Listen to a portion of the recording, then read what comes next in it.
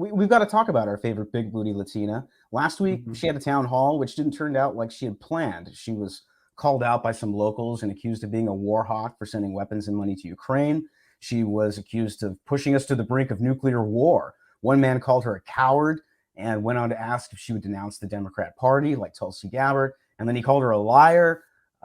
What's going on? How could these once true believers in AOC now turn so cynical?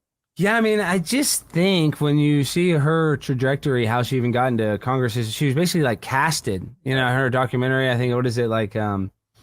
What was it? What was it? Central Crashing? casting.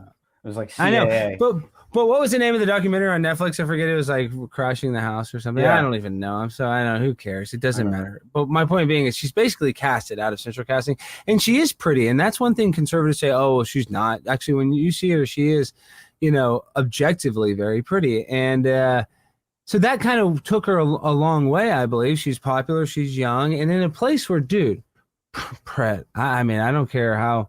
Unless you're like some Capitol Hill expert, I'm pretty dialed into politics. I mean, I'm not like an expert. But when I go and sit there all day, I don't know 75% of the politicians that walk by me. I don't know 85% of them, really. I mean, you only know a few of them. And I think in her, what was it, her Vogue or Vanity Fair, whatever they wrote about her, I think, or it was Men's, or it was GQ. And they said that she is like the third most popular politician behind Trump and Biden. And after the success that I had with just saying, a 1 minute interaction with her, 10 seconds, really, I think in our interaction maybe it was, but changed my whole entire profile. I mean, it was like it kind of put me on this like upper threshold, like, oh, even though it has alienated me from people, but now with the time that goes by, more people are like, oh, okay, like Daily Wire kind of stayed away from me, but they recently had me on, so now they're kind of like, oh, well, enough time, because there is a conservative side where they're like, you can't be sexual, you can't talk about sex, but dude, everybody has sex. Like, I don't want to sexualize children at all, but come on, let's not.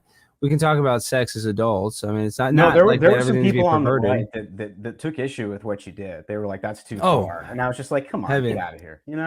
Be a break. Heavy, yes. It was not a big deal. It was hilarious. It is what it is. I think we got, my mentality obviously is to mock and ridicule these people.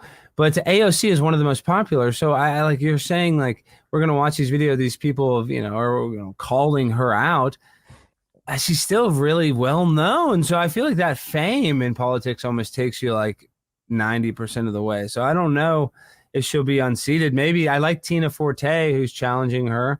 But I mean, does Tina Forte really have a shot against arguably the third most popular politician in DC? Well, I guess AOC didn't show up for a debate with Tina, so which seems to be a AOC didn't have to go to. Yeah, she didn't have to go to every. I mean, AOC's not. She is not that brilliant, but she doesn't prone to go to debate. She's in the top dog. I mean, you don't go getting that. See, that's the problem. Is she went and got in the mud with a pig like me, and then made all this reaction content where I'm like waving at the cat. She put me over in wrestling terms.